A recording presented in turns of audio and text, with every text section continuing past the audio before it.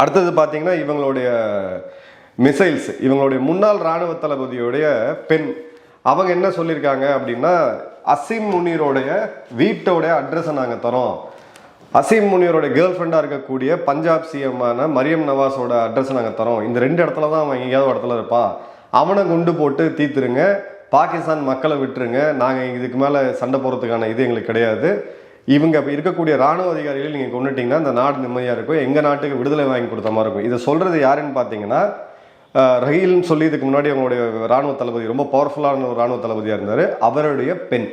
இதுதான் அவங்க உள்ளே இருக்கக்கூடிய சென்டிமெண்ட். வழக்கம் போல் அசீம் முனீர் இப்போ எங்கே அப்படின்றதும் தெரியல. அடுத்தது பார்த்தீங்க அப்படின்னா இவங்க வச்சிருக்கக்கூடிய மிசைல், அப்தாலி மிசைல் நாங்கள் 100 ஏவிடுவோம், இந்தியாவை தாக்கிடுவோம், தென்னிந்தியாவை தாக்குவோம், வட இந்தியா இப்போ இந்த இதுவும் வந்துகிட்டு இருக்கு, தென்னிந்தியாவை தாக்குவோம் இது அதுன்னு சொல்லிட்டு. ஒரு அடிப்படை அறிவு இருக்கவங்க யோசிச்சு பாருங்க, அகமது ஷா அப்தாலின்ற அந்த ராஜா ஆப்கானிஸ்தானை ஆண்டார். அந்த ஆப்கானிஸ்தானை அந்த ராஜா ஆளும் பொழுது பாகிஸ்தான் உருவாகவே இல்லை. எவனாவது அடுத்த வீட்டு அப்பம் பேரை தன்னோட குழந்தைக்கு வைப்பானான்னு பார்த்தீங்கன்னா இது பாகிஸ்தான் தான். இவங்களுடைய ஐடென்டிட்டி என்ன அப்படின்றதுக்காக, இவங்க எவ்வளோ பெரிய ஐடென்டிட்டி கிரைசிஸில் வாழ்ந்துட்டு இருக்காங்கன்றதுக்காக இந்த ஒரு எக்ஸாம்பிள் நான் சொல்கிறேன் உங்களுக்கு.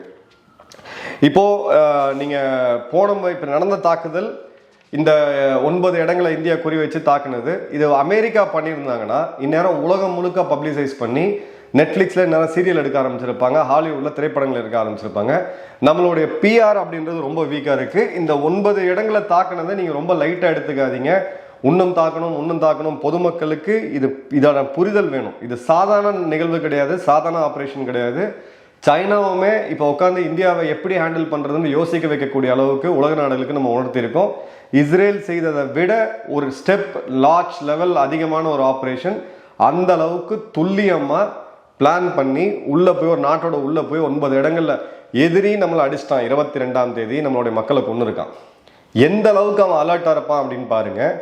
அமெரிக்காவுடைய விமானங்கள் இருக்கு, சைனாவுடைய ரேடார் இருக்கு, சைனாவுடைய இத்தனையும் வச்சு கண் கொத்தி பாம்பா பார்த்துட்டு இருக்கோம். கண்ணில் மண்ணை தூவிட்டு நம்மளுடைய விமானப்படையை அடிச்சிருக்காங்க, நம்மளுடைய இராணுவம் இதை யூஸ் பண்ணியிருக்காங்க அப்படின்ற போது இதோடைய லெவல் என்ன அப்படின்றத யோசிங்க.